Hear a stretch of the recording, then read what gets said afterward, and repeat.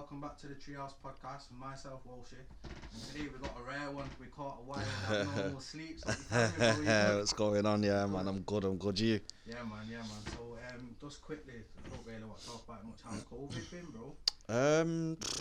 You're finding it hard? You're struggling? I've been struggling the last few weeks. Do you know what? When it first started, I was struggling, mad. The struggle was real in it. Like I had to close the studio for a bit, and I was inactive, but it was a well-deserved break. It was just in the middle of a time where I was mad active, but more time.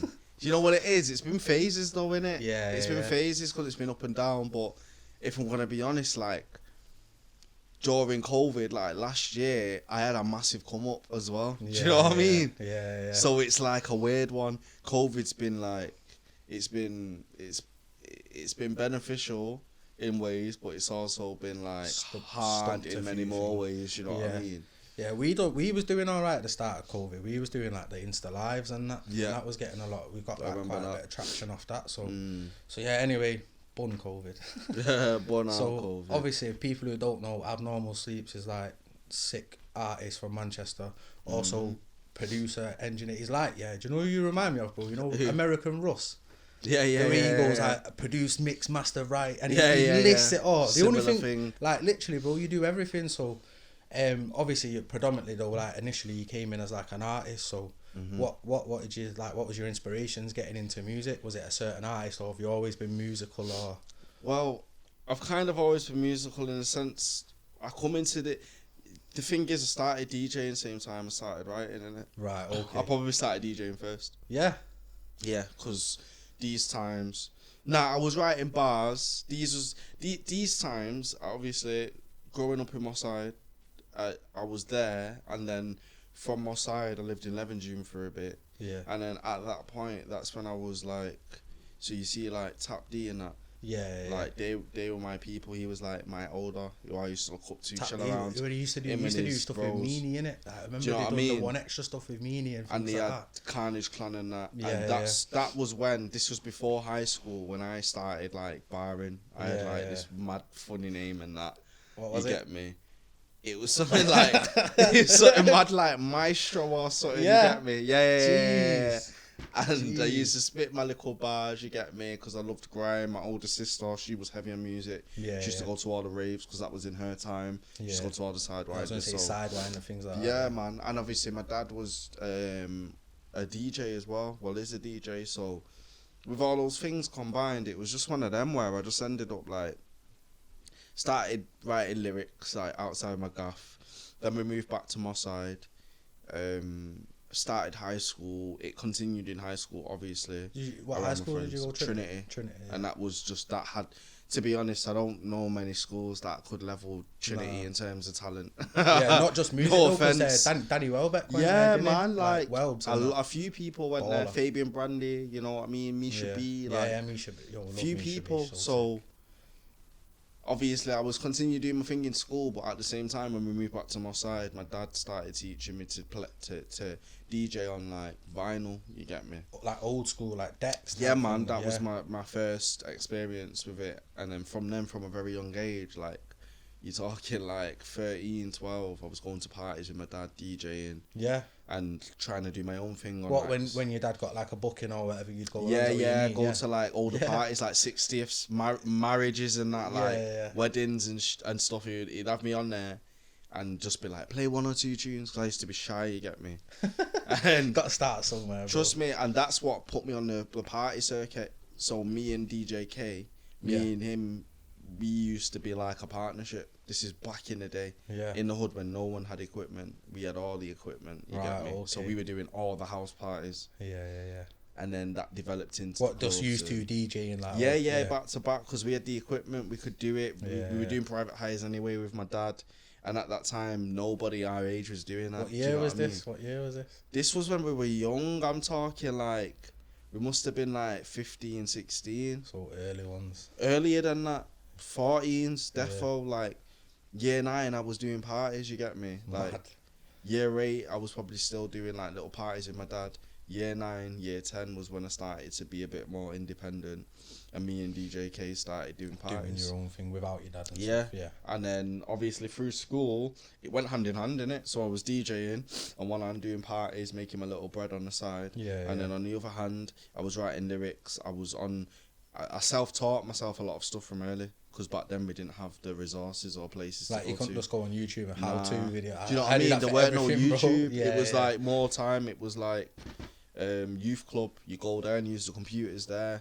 Because my dad was like a tech nerd. He loved all these little bits. I had like a computer in my gaff, and I'd use like Cool Edit Pro to make my own mashups. And right, okay. Is that beats then, making your own beats? Yeah. So before it was like producing on Fruity Loops and that, it was Cool Edit Pro, where we'd use like the old school computer mics, try and record our own songs, and make beats like out of beats. Do you know what I mean? Okay. You know, like back in the day, like the bassline garage days, I used to make mashups and like chop up a track.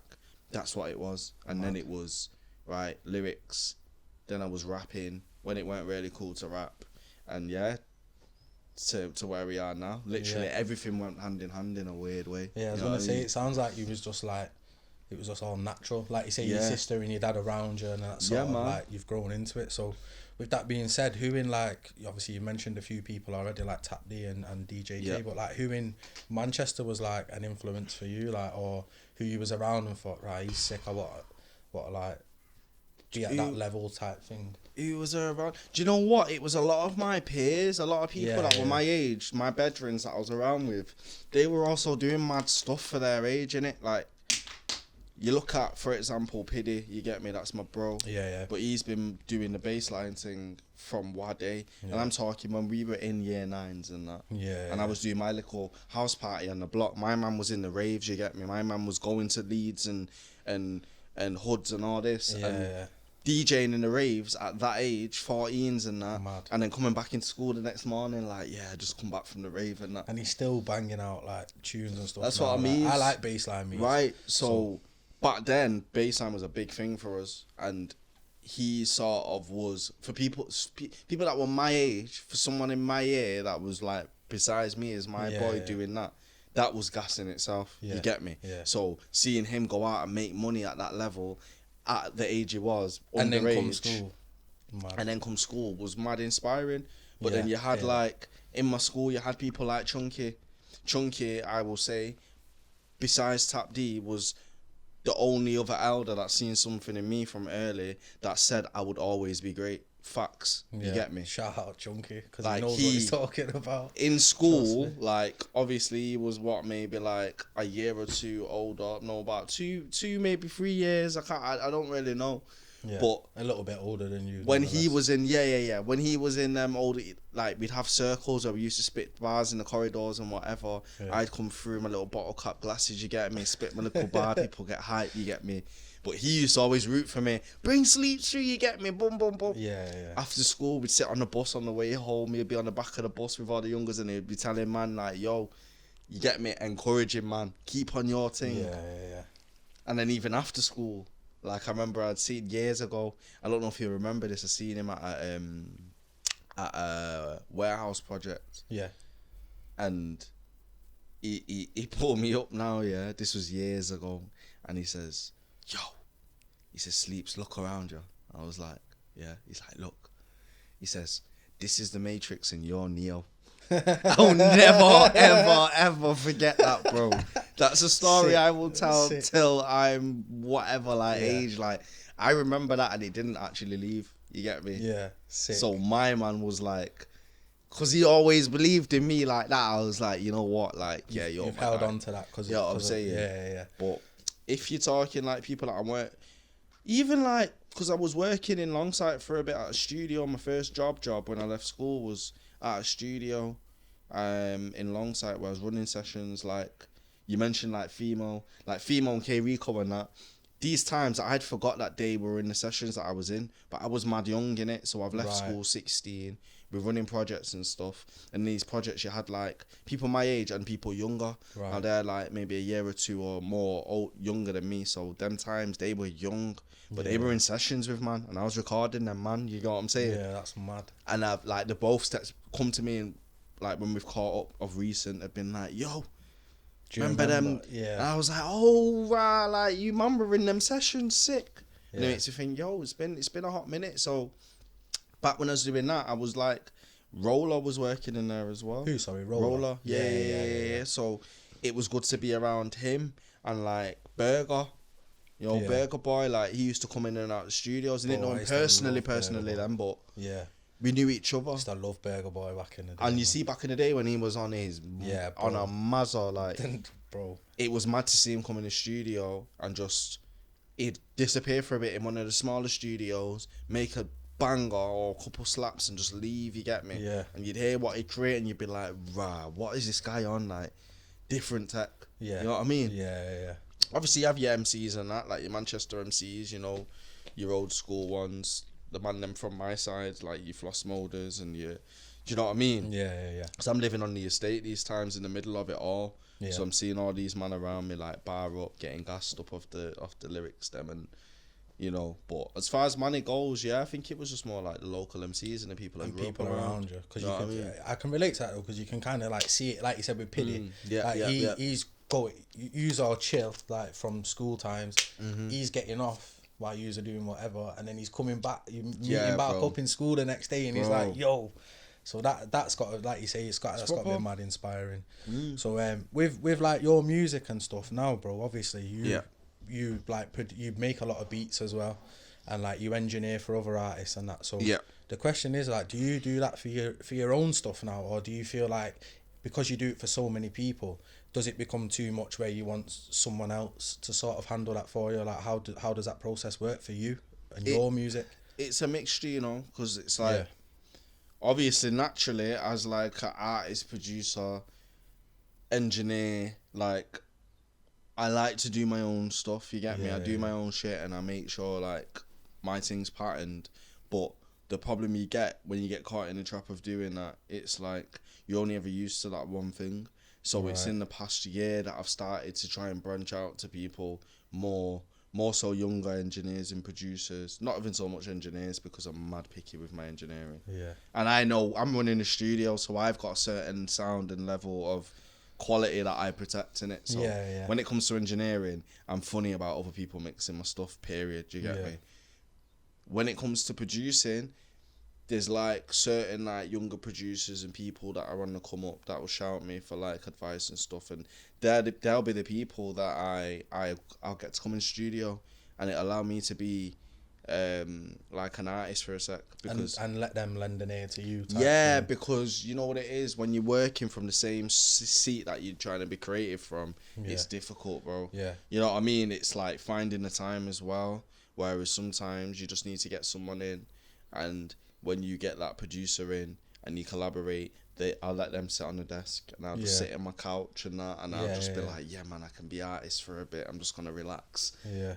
Build me zuggy, burn me zoot, take my time. I don't have to look at a screen. It just helps my writing, innit? I hear that because with lockdown and working from home, I obviously have an office job, so I'm working from home. Got a little desk set up, and then like I'm finishing that, and then I'm doing an artwork or content creation for the page, and then I'm like, yo, I can't click because I've been sat here since 9 o'clock till 5, half 5, 6 o'clock, and it's now 6:30 and I'm trying to get creative. This is it. I got my man wanting an artwork and I'm like, yo, what is wrong? I feel like, yo, am I broken or something like that? But then it took me a while to figure out it's because I'm sat here or get up, change a location and flying. Do you know what I mean? So I hear that. It's a good shout and it's a good thing because I always wondered because obviously you make music for everyone, you engineer for pretty much everyone. Like our playlist is either engineered by you, produced by you, performed by you. Even recently backing vocals by you, which we'll get onto as well. So like, who did you go to like before? Obviously, like you said, you can do it all yourself now, but I gather you've not been able to do it yourself the whole time. Who did you use? Was it 2-4K you used to go to? Yeah, 2 straight. I've been at my current spot for about a year. And then the previous studio I was at for 2 years. So I've only had my own studio for about 3 years. Now, if you look at that in musical terms and my era, like, it's not very long. It's pretty late. Do you know what I'm saying? Pretty late considering I'm not going to say my age, but it's getting to them times. But, like, it's pretty late. Do you know what I mean? And prior to that, it was before I moved on to doing my own stuff in studio. It was 24K. This was before he was, because we were at Islington Mill, both of us. Yeah, that's the one I've been to, innit? I've been to that one. He was like, for me, the first one in there. Right. So he was the reason I went there first. But before that, he had a studio at his yard on Quinney. You get me? He lives round the corner from me. Right. Okay. You know what I'm saying? So we're on the block anyway. Yeah. And more time. He was one of the engineer wise and mixing wise. He was like one of the main people I looked to for inspiration, and that sort of guided me to sort of find my own sound and the knowledge and things like that. I knew his quality was 10/10. Yeah, you get me. We would link up anyway on like Manneh vibes, whatever. But it was like Medicave 2 was when I really started to invest in myself. Prior to that, I was lucky because I got to use things like Contact Theatre, and I had like the guy I was working with prior to that, he had his own little home set up, so we would do bits in there. But when I started to take myself absolutely seriously and I needed to take it to that next step, that was when I was recording with twos hard, like Medicave 2, the whole thing recorded there. That was recorded in his house, you get me? Yeah. And then from there it was like obviously Islington Mill until I got my own studio. So he was like, for me, even still now, there's only certain people I let touch my vocal unless it's something I have to send off, and that's him. I trust Tech with my vocal. Light Tech, yeah. There's a couple people. There's a couple people. Yeah, I just wondered, innit? Because I know what you're like, and protective of that. So innit? So with your like sound and that, bro, like what is like your sound or your favorite sound? Because we've had like for example, we had RJ on in the first episode, and he's like predominantly a grime artist, but he dips his toe in other bits. Fimo had said himself that he's still sort of trying to figure out and find his sound. Yeah. Like with you, I can't really put your sound in a box. So what? If you're looking like a straightforward answer to what my favorite sound is, I don't have one. Right. Okay. But it's because my influence is in sound. So if you think about how my come up was, it was like my dad and that was musical. So when I'm growing up, they're listening to a lot of like reggae, soul, lovers rock, Motown. All that was installed in me, and I liked that stuff. I was having to play it at like 60ths and that. Do you know what I mean? Yeah. And then you've got like my sister, who was into grime heavy. Yeah. I was into grime heavy. She went to all the raves, had all the stories. Flipping, she used to sit before CD and that, when we had tape deck. The tapes, the sideways. Westwood, he used to have his show. Yeah. These are the times of like the Rough Riders albums and that. We used to sit down, she used to sit me down in front of the radio, and we used to tape his sets, you get me? Yeah. So when you think about all this stuff, it was like, I liked everything. I loved R&B as well, loved it. Like 90s R&B and right, like that, but I couldn't choose a sound I just know I love to rap. But when you say rap now, it's like, technically when you're MCing, that is rapping, do you know what I mean? Yeah. So I put it all in a bubble. I don't separate it because it's all rap at different tempos. Yeah. I just know I like to express myself on varied vibes. Yeah. It keeps me versatile, and it's not because I just want to do everything. It's because I genuinely love all types of music, bro. Yeah. So, and I think that shows anyway when through the music, it comes through that like you're not just jumping on this to do that. You're not just jumping on that to do that. Like when you like kaleidoscope. Sorry, when you take that body of work in, none of it. It's not really the same type of music all the way through. Nah. It's a bit different. It's a bit choppy, but it's sick. You get me? Like you can listen to that, and it's a proper body of work. So, and like I say, it pulls through in the music. Like you can tell that you're a music man. You get me? You love music. It's not like you're a rapper or you're this or you're that. You're a music man, innit? Yeah, man. Straight up. Like I wouldn't have it any other way either. It's just one of them where you have to find a balance. It was hard. I think it was hard for me to like harness and find the sound I actually wanted to do until I started producing, because when you talk about sound now, sound isn't actually a genre. Everyone has a sound, and it doesn't have to be restricted to one. Yeah. So when we talk about my sound, people will be able to recognize when I've produced a record. Yeah.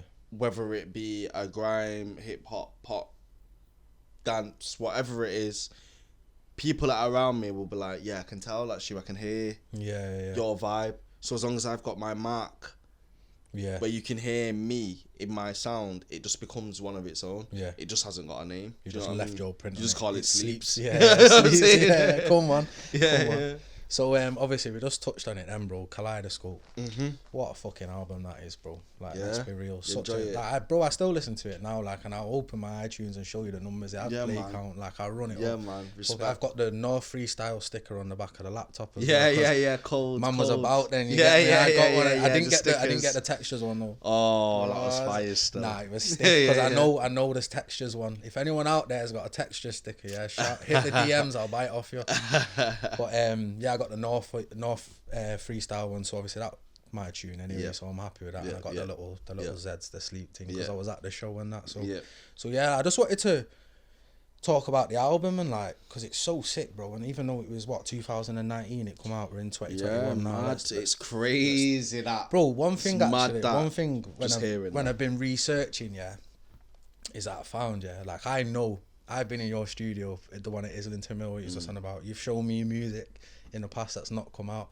Keith, the cameraman, you shown, we was at the studio once and you said use man like grime in it. We're like yeah, and you put an absolute wobbler on, bro, like nearly blew up the studio, and I've not heard it since. Like, and you probably don't even remember the tune, but like Keith's getting gas behind the camera, like he was that was his. He was like, yo, he asked me every night, I sleeps about that tune, man.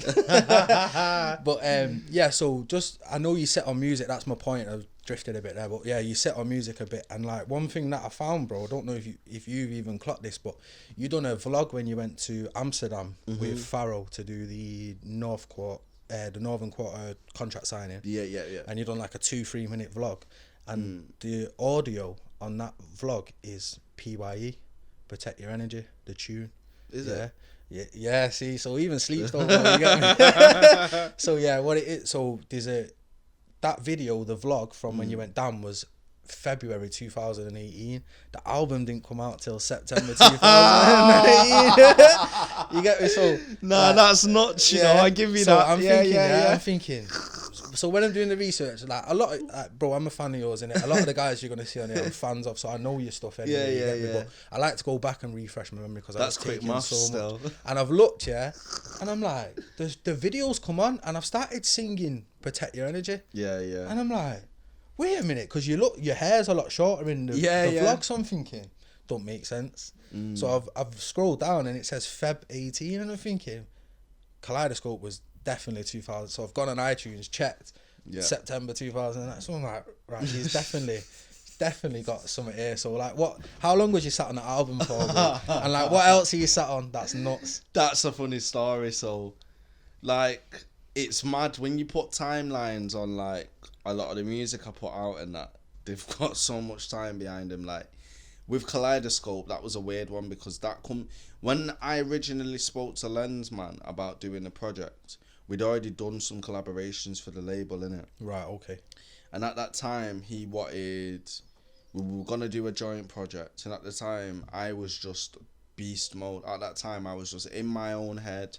I weren't interested in nothing, nobody, no gal, no now. It was just me in the studio. Yeah. So I was making a lot of music. I went through a lot during that time, so that's why like that project's pretty moody, innit? It's proper like intense, innit? Intense, yeah, that's the word I was gonna use, intense. A lot of the music comes from different times, like most of it's old work. When I went to see Lensman the first time and we were speaking about the project, I already had a folder full of tracks. Yeah. PYE included. There was like a full folder full of tunes, and there was like ideas, fully done tunes, and most of them didn't even make the cut. This is what I'm saying, like I even revisited them, but there was a folder full of tunes. So when I went to him, because he was a fan of me anyway, I went to Dam and I played him through that folder.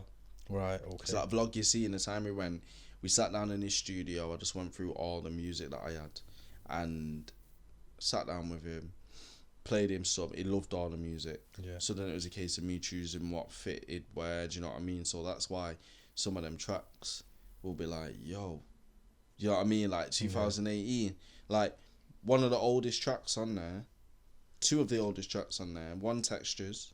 Yeah. Because what we got to remember is Textures I released independently on SoundCloud, and I couldn't get the sample cleared in it, so I was scared of putting it up on proper thing. So Textures, he wanted to re-release. He loved it so much. So that probably was out already, like at least a year or two before we put out an album. Yeah, man, missed that one. That's probably like 2016, 17. Textures. When you think about that, that's when crazy. Did you do the video for that? Did you do the video around the album time? Yeah. Because I got the budget from the label, and we done the big video as well. Thank you, bro. Nuts. And Coming Home. Yeah. That is probably the oldest track on that project. Yeah. That is old. Like, that track is old. What, that was like experimental. Was that one of the ones you played to Lensman, and he was obviously he feeling loved them all, it. but like, that was one of the tracks he really loved. And I almost wanted to take it off because it was the first time I'd properly sang on track. Right, okay. And let people know that I'd done like little vocals. That was the first track I ever experimented and done like a full track singing, and I was like shook to put it out. Yeah. Do you get me? But that was like the oldest track. That was a track I made like probably in my first year of moving into the studio. Yeah. So yeah, the gaps between like all that music was like quite substantial, not gonna lie. Because I thought so, because obviously I know you and you've shown me bits and stuff in the studio, so I know what you like. But then when I was reset, I thought, wait, it's PYE in 2018, come on.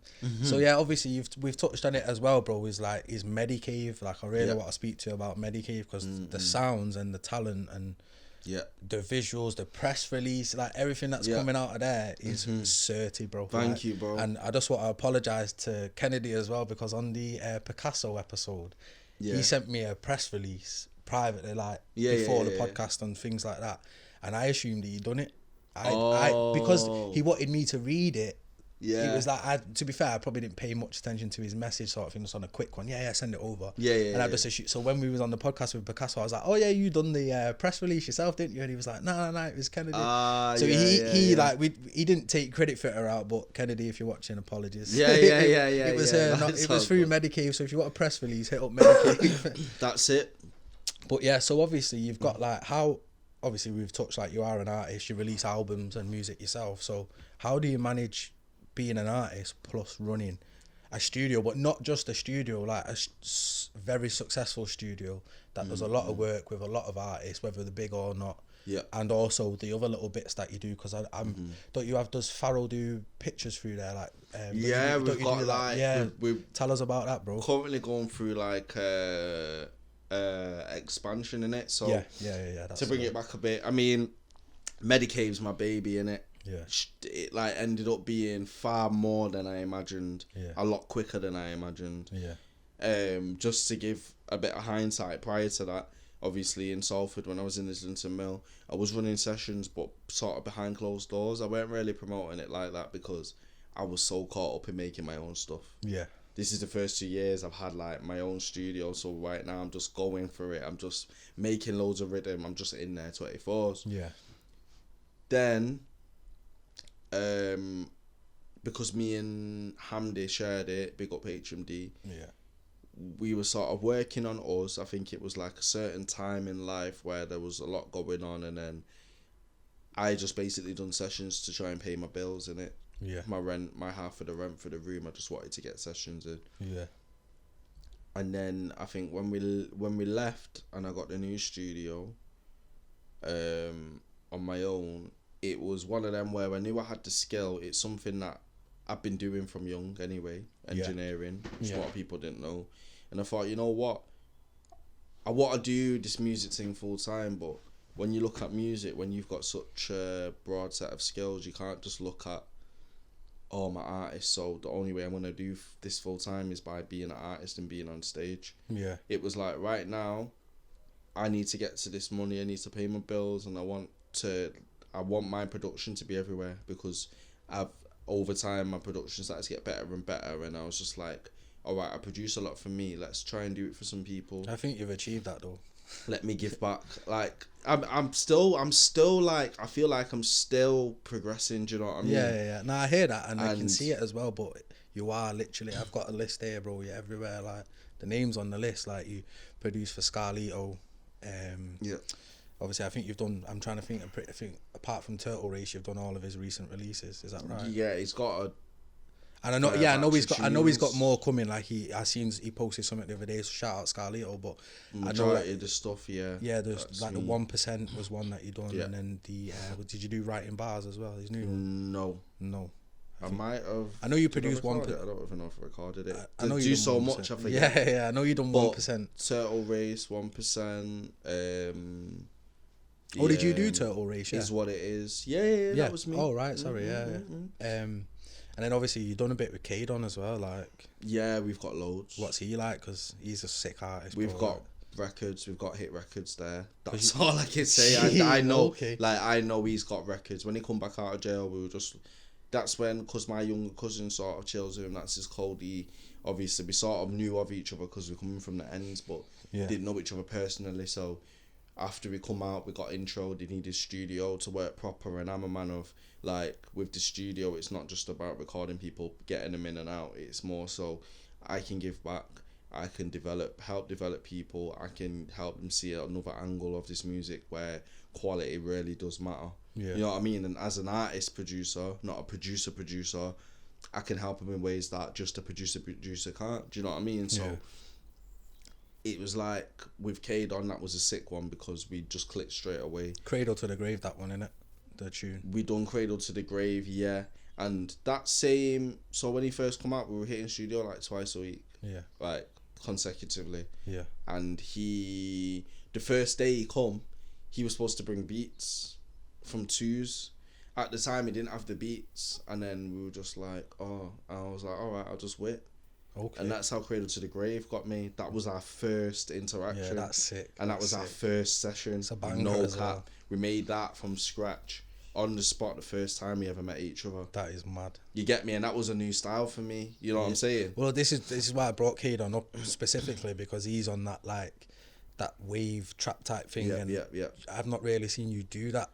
Well, do you know I've what? seen you might have. I might have missed one, but predominantly. Yeah. Predominantly. Really, And you know what? It's mad because, like, with him, we've got like, in terms of the amount of tracks we have, we're in double figures in it.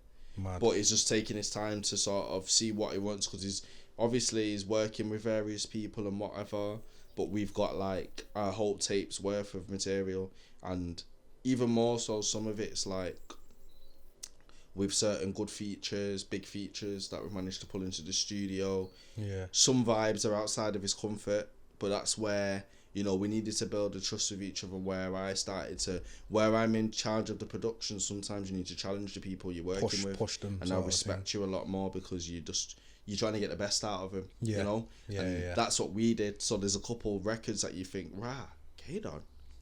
And it's like, yo. Okay, then. Swear down, like, yeah. He's got a batch of summer heaters. He's got, like, some, like semi-drilly shit, you know what I mean? He's got some trap shit. He's got some pain shit. He's got some, you know what I mean? So, yeah, man. Looking forward to that. Shout out, Kadon. You want to come on the podcast, my G? Shout, mate. Yeah, man. But so one artist that I do want to ask you about, bro. Obviously, you're working with like Ragaloco and like you did you produce Mercs? So yeah, you produced that in it. Yeah, it's whenever I hear that noise, man. That noise. Wake up. Yeah, man. Some of my boys didn't even know that was me until recent. That's mad. And they've heard bare tunes like, yo, that's you. I'm like, yeah, man. Like, yeah. So like, but one that you done recently was the Deluxe. Is it? Deluxe, yeah. Fresh Prince of the Hill. Yeah. I bang that tune, you know. Bro, my man's come out of nowhere to me. Anyway, he might have been about whatever. Yeah. But he's just popped up. We followed him on the culture. We got onto him through Medicave sharing the Fresh Prince or whatever. We playlisted that. Mm-hmm. Obviously, I playlist. I listen to the playlist, so I know what's going on. And I'm like, yo, I have the THC mix, and then I have my 2021 playlist, and some tunes from the THC mix make it over in it. Yeah. My personal listening, and that's one of them. Like, what's he like, bro? Like, is he? And how did you get onto him? Because he's from like obviously he's Cheetah Mills, North. Yeah. Do you know what it is? Like, I've come across a few new people that I've never met before, and he was one of them. The first time we ever worked, it was a case where I can't even remember how he got onto me, but it was just a case where he knew of me or someone would have recommended. Yeah. And he was like, yo, I want to getting back on my music. At this time, he hadn't done music for like a year or something, he was saying. Yeah. And he come to the studio and we just patterned up. At first, it was just recording over, you know, beats he had and him getting his confidence back and getting some tracks ready. So it was calm, like, you know, just to mix with someone else from a different part of Manchester. Yeah, that's why why didn't really know me from nothing, or probably not even my music in that. But, you know, he had to run off the vibes that I showed him in the studio, and that was just from a place of, yo, I care about your music, innit? Yeah. And, you know, the sessions went well, and then, like with everyone, over time, if you don't know me, it's like we build up a confidence, and then they get to the point where they'll hear like something I produce someone and say, oh, you do production. I'm like, yeah, when you're ready, no pressure, we get in. And that was one of the tracks where we had a session, we got in from scratch, and he was like, yo, could you produce something? Funnily enough, I remixed, rejigged and resampled a YouTube type beat that he had written it to, and I just flipped it on its head, but made it, not to blow smoke up my own ass, but made it 10 times harder. And I don't even really do the drill thing, but my style of drill, because these kids these days say that's not drill, it's not got the woo woo woo woo. You know what I mean? But like the element of drill and whatever, like I don't tend to do it, but when I do it, it is like very unique, you know. And I feel like that tune, when we made that tune, for me, I was like, yo, for me, bro, like that's the toughest. Yeah, it's hard. This is what I'm saying. Of the tunes we've recorded, I think, like, for me, that's my favourite of his. Not because I produced it, but I think it's tough. You get me? It is. It's hard. And like I say, the reason I brought it up is one, because he's from a different side of Manneh. And I wanted to know how that come about. And two, like, he's hard, bro. Like, and it's not, again, it's not really your, like, we've discovered you obviously don't have a sound. You have whatever, but it's not really your predominant thing, is it? You know what I mean? So it is sick that you can do that as well. Credit to yourself that you can step out of whatever and got to be able to. That's one thing I learned from DJing, being able to be versatile for different crowds. Otherwise I won't get the opportunities I did. Say for example, I might play a party in the hood, but then I might have to go play like 18th for a posh kid in flipping Wilmslow or something, Urmston or something. Like I was doing proms and that. Do you know what I mean? Like on a mad one, like, yo, if you had Sleepz at your prom, you had a good night, innit? Trust me, man. And that translated to the music. So it's like, if I'm running a business now, where the business mind comes into it and the business ethic, it's like I've got to be able to deliver not everything, because not everything I do will be for everyone, and I can't just do everything for everyone. But I've got to be able to, you know what I mean? Like, adjust myself to certain scenarios and adapt, take you know? other things on. I hear that. And you will grow as well as an artist. Yeah, man, no doubt. So, what else have we got? So obviously, a couple of the other tunes that you've done as well, bro, is like, obviously, you done Ghetto, Ragaloco. Ghetto, big tune. I done the artwork on that one. Yeah, man, big up yourself. Yeah, man. But yeah, that one come natural through your show. So obviously, you done the kaleidoscope show. You had Children of Zeus there. They was on when I got there like early. They was on. Watched them. They was sick. And then you had I think HMD done a little set. With Rome. Had Rome and Paddock. Yeah, and then you come out, done some bits, and then you done like one or two, and then you brought Rags out. And said, yo, this is some. You said like the music got cut, sort of thing. It's like, yo, Ragaloco's coming out. Something that produced by yourself. Again, and then obviously like done at your studio and things like that, and then you just come out and you done Ghetto.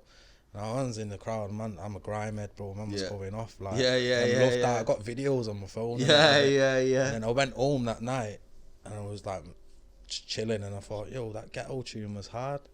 It's unreleased. Man's gonna need an artwork for that. And I had the idea to do it like a netto bag in it. Sick. So remember the ideas. I hit Rags up, and we went back and forth. There's a couple of ideas and that, and when we settled and we done it and that. But that again is obviously that was a big tune for Ragaloco. Yeah, man. And you produced that and like recorded that as well, and that's like another big thing. And then since then, I feel like Ragaloco's, I don't know if he was using predominantly your studio before that, but I feel like since then, I've not seen him anywhere else. Other than with you. To be honest, when we started, that was it. Like I've knew Rags for years anyway, but when we got in the studio, I think we found like a vibe and like a synergy that worked for him. and for me. Obviously, good always energy, trusted Raggle. in my thing. Do you know what I mean? He's seen me grow. I've seen him grow, and it was a thing where I feel like because he's so unique in his sound and style, he needed to harness that with someone that he could synergize with. You know what I mean? So I think with that, like Ghetto was made in Islington Mill. Yeah. That was actually made when we were at Islington Mill time ago. We had the idea and I just knew it was tough. But these times it was on speakers where I couldn't really monitor myself properly, but it just sounded tough. The bass was slapping. I was just like, yo. Well, obviously I heard it live and it was nuts. Like, and then we went to when I moved studio, when I heard it there, it was a bit different because obviously I was on new equipment, new speakers and that. And I had to remaster it and I had a nightmare doing that because I was like, panicking. But when we did it at the show and it was like, weren't mixed or anything. Got like 3 pull-ups. I just knew it was like tough and we played it on the PA speakers, like it was slapping. I was like, yo. Yeah. And furthermore, like the one thing I took from that is like, I demonstrated the power of music in it. Like we've come out on stage. Rags has come out in the middle of my set. Yeah, you gotta deep it. This is what I'm saying. There's people in that crowd that may not have even known who he was. You get me? Yeah. A lot of people would have, but we've showcased some music that they've never heard in their entire life. Yeah. And the minute that got played, it went off. Yeah. Like the vibes was right. Immediately people connected. People walked away like, yo, what was that track? Yeah. So to me, it's like, yo, it proves that good music can put you in certain positions, especially when it's live, because you see and feel that energy, like in the flesh. You know what I mean? Yeah. So like for me, that was a sick thing, and I think it was sick for him as well. Yeah, yeah. You know what I mean? Sick. Like I was there, I thought it was sick. Yeah, man. Like, and I feel like off the back of that, like I feel like we obviously done the video. The video was brazy, and then we done Crisscross again. That for me, that's a special one. That is so sick. That tune. Special one. That was on TV in Australia and all that. Like that's a special one. Big tune. It is a big tune. But big up Rags, man. Big up Rags. Shout out Rags. He's been eluding me. Raggo, shout me, bro. He knows that I'm joking. But soon come Raggo local episode pending. But so with your music, bro, your latest release, Sugar Fiend. Yeah. Obviously, I want to do a little bit on this because one, again, it's a banger. Yeah. You produced yeah, standard. Obviously, you produced it. And then, obviously, the main thing I want to talk to you about, bro, is the video. Like, the video's nuts. Since it's come out, you've dropped a couple behind the scenes where you're filming through Candy Floss and it's techie, but like with all your videos as well, we touched on textures before. That was like set in like, is it the 20s, around that sort of era, like back in the day, or 40s, like 1930s, 50s, yeah. It's a tough era. It's an era that people don't normally go for because it's a hard era to but me personally, I like that aesthetic, like man wearing suits, braces. Yeah, man. Like the car was sick. Windrush era, you get me? In Moss Side, where that shit was actually happening, do you know what I mean? Like you're on the red brick houses and man. Like Moss Side proper. Yeah, man. But like your videos like are always sick, so like with Sugar Fiend, like where did the idea come from for that? Where did you get all the sweets from? Because I think you had help from, is it like a sweet company or something? Yeah. Shouts to Street Kings every time. I think with me now, what happens is, with all of my tracks and videos, the seed starts from my head. So I'll have an idea and I'll see a video and I'll be like, right, I know the ideas, but it's how I pull it off. Right, okay. And then I need that someone, being the producer of the video and the director, to make those ideas work and pull them together in it. Who was that for Sugar Fiend? Who was that? AIM Films. Right, so that's like my boy Blackstone, Stephen, him and his team. Right. Like Dane, Nesaro, Capital SD, them lot, they did it. Shout out them because they done a sick job, man. Yeah, man. It's a sick video. Had to pull in like the team for this because since we shot textures, I've always tried to keep the production value like proper, you get me, outside the box. And with this, it was like I had ideas. Obviously Steve had ideas. We come together, me, him and Dane, we're just listening through it, and then I just had certain scenes I could see in my head. I didn't want any I didn't want any story being told or anything with this one. Just scenes. All I knew is that I wanted to have fun. I needed colours to pop. I needed hell of a lot of sweeties. Yeah. I needed like some female energy in there, and I needed some wild shit to happen. Willy Wonka. Right? So at first the Willy Wonka thing wasn't even like, because that was the first clip I seen of it. And I was yeah. like, is he dressed as Willy And do you Wonka? know what? Like, the video could have rid off the back of the whole Willy Wonka thing, but it was a bit gimmicky. That wasn't the idea. Yeah. That's why of all the footage you've seen, there's only a little bit, because it was just a clean, fresh vibe. And that's why I went with like Steve and that, because they work and do all the stuff with like JD and stuff, and they do all that big adverts. So it's like that clean look. That's what I want. So in my head, I already knew that I wanted them to shoot it because I know that they can achieve that. Yeah, they can get what you want. Right. And then I was like, yo, I can just see like coloured backgrounds, and I want it to rain nerds. That's all I had in my head. I want it to rain nerds. That was like one of the main things. You done it though, yeah, made that shit happen. Yeah, with the see-through. I was like, yo, what? I make it rain nerds, and I need a bath full of like sweeties, and we need to do all this stuff. We always made a cake out of my face and all that. I was gonna go in. Yeah. But considering like COVID and stuff, it just made it quite restricting. Yeah. And yeah, we just created the scenes, and then Steve had some ideas of how he's gonna make it work.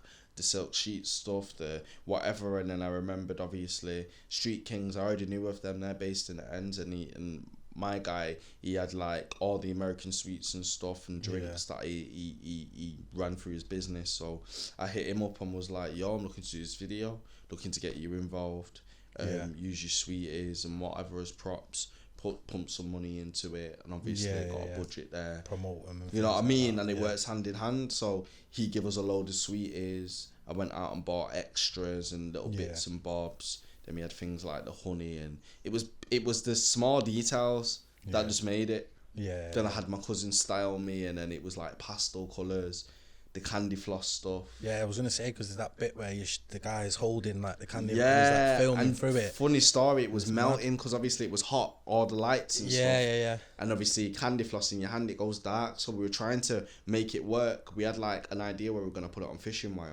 but instead then we stuck it around me. Then it was melting on me, and then we had like this hole, and then I think someone held up the thing, and it was like, wait, we can film through the. So then they had the camera through the thing, and it created this mad thing. Do you know what I mean? And when you see in the behind the scenes, you can see the piece. It was literally on its last legs, ready to drop. You know what I mean? But drop on the camera. We made it work. Like that was one of my favorite scenes. Like the candy floss. Scene, the silk sheet scene. Was this through your label, or is it independent? Independent. This is what I'm showing people. This is all independent. Like I've done the project with North Quarter, and obviously I'm still affiliated with them. But everything I do at the moment is indie. You get me? The budget, everything, all the money paid for it, that's coming out of my pocket. Yeah, you know what I'm saying? Because it's looking. The only reason I ask is because it's looking like a label. It's looking like a label video. Yeah. But I'm trying to show people like. You can have label standard videos and achieve that if you just get past the block of, yo, I need to invest in myself. Like that for me, I need my shit prim and proper regardless. Yeah. As long as I've got the funding to do it, or I can make it happen myself, I will, because it will pay back in the future years. You know what I mean? Yeah, so, definitely. Yeah, man. So then just lastly, bro, like to finish up on what have you got coming? Like what releases have you got coming?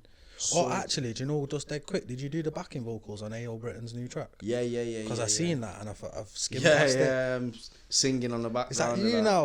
You literally list. Do you know what? Does everything. Because obviously, like with, for example, like A.O. and a few of the guys from North Quarters, not North Quarter. Yeah, I was explaining this to keep before. It's a bit sticky. I've been working with a couple of their artists, and like A.O. was one of them, and we were recording that joint. He was recording at my studio. I mixed mastered it, and at the time we were just vibing. It was like free flow. And whilst he's doing things, I'm just like, naturally I sing melodies. This is the thing about being an artist engineer, because when you're doing this shit and you're an artist as well, when you're working with the artist, you can offer them like little bits and bobs more so than. Not saying producers are very important, and engineers that do their job because they're very good at it. It just helps to be an artist, because then when I'm doing my little melodies and that, they might be like, oh, I like that, or can you do a little hook for me, or whatever. Yeah. And then it was just like the ad-libs, I was just flowing over it. It was like, I like that. Yeah. Yo, you got to do that, and the woo, woo, that little ad-lib there, you get me? It just came out of just vibing. Yeah. So we just kept them on, and it was just like a vibe. Whatever it takes to make the record slap in it or bang. That's what I'm about. So I was gonna say, I was meant to mention that before and I skimmed over it, but that was sick. When I seen that, I'm like, this guy literally does everything. Man. Just in the crevices, you get me the cracks. Love that. So so going forward, bro, what have you got coming this year? Are you gonna release anything? You concentrating more on the studio? This year, it's about having more fun with it and releasing. So as you're seeing, like from last year, done the Isolation Pack 2, and then I dropped Sugar Fiend. I've sort of lightheartedly told people that Medicave 3 is coming in it, but it's what happened with Medicave 2? Because I've got it on iTunes, but it's like grayed out. Like long story. It's taken off all the. It's still on Bandcamp. Right. So I'll put the links for his Bandcamp as well. And SoundCloud, but it's not on the platforms, and it's a long story. Because basically at the time that went up, it was only on Bandcamp. Yeah. And it done well on Bandcamp, and then. It was like it was high in demand, so people were like whatever, and I don't own the rights to the beats in it. I didn't own all the bits and bobs. Fair enough. So I was hesitant, but then I had someone put it up for me when I didn't know how to publish my own music. They put it up for me, and the mistake I made was not learning to do it myself, because that meant that person. Then I'd have to go to them to get the reports, and for it to stay up forever.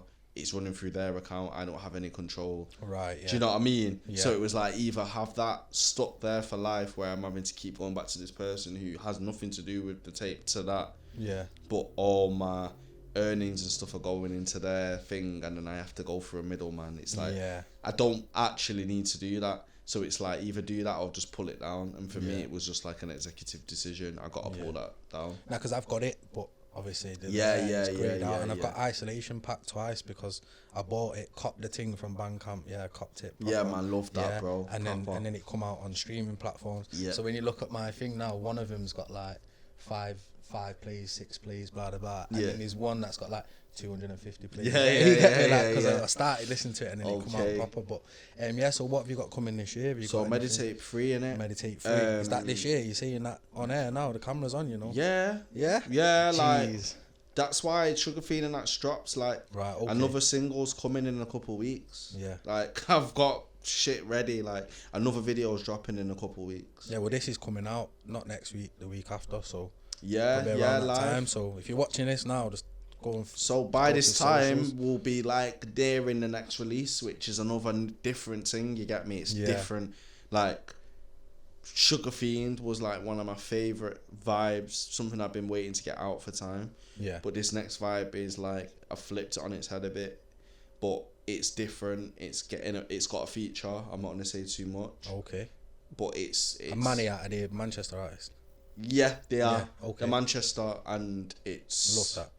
It's not someone expecting. It might be someone that might be a new introduction for a lot of people, but this guy's doing bits. I'm talking like outside of the spectrum, this guy's doing bits in like the alt world. Do you know what I mean? Yeah. So you can tell me who it is when the camera goes off. I got a single dropping then. And then I might give you another one beforehand. I've got a few like collaborations. I've done verses and tracks for a couple of producers that might drop in between, but so there's stuff coming. Man, you'll like Medicave 3 should be here sooner than later. Yeah, man, looking forward to that. I'll tell you one thing: the project's done in it, so it's probably been done for about 3 years. Well, let's be honest. To be honest, I had a version of it and then changed it, and then I scrapped it, and then I had to do a whole new one. And this was during lockdown. You get me? Like I'd scrapped the idea and had to rejig, but I'm looking forward to this next tape. You get me? Give him another mixtape and then see where we go. Yeah, man. Yeah, so that's it from us. Obviously, shout out to Abnormal Sleepz. Make sure you like and subscribe. Drop a comment, all that good stuff, and we'll put all Sleepz' links below the Bandcamp. And we'll put the link for Medicave as well. If there's any artist out there in Manchester or surrounding areas and you want that A1 work, Sleepz is your guy, innit? So if you're serious and you take yourself serious, he's got house rules. You got to be serious. But Sleepz, thank you. Bless, bro. Thank you. Man, love for having me, man. Thank you. Safe.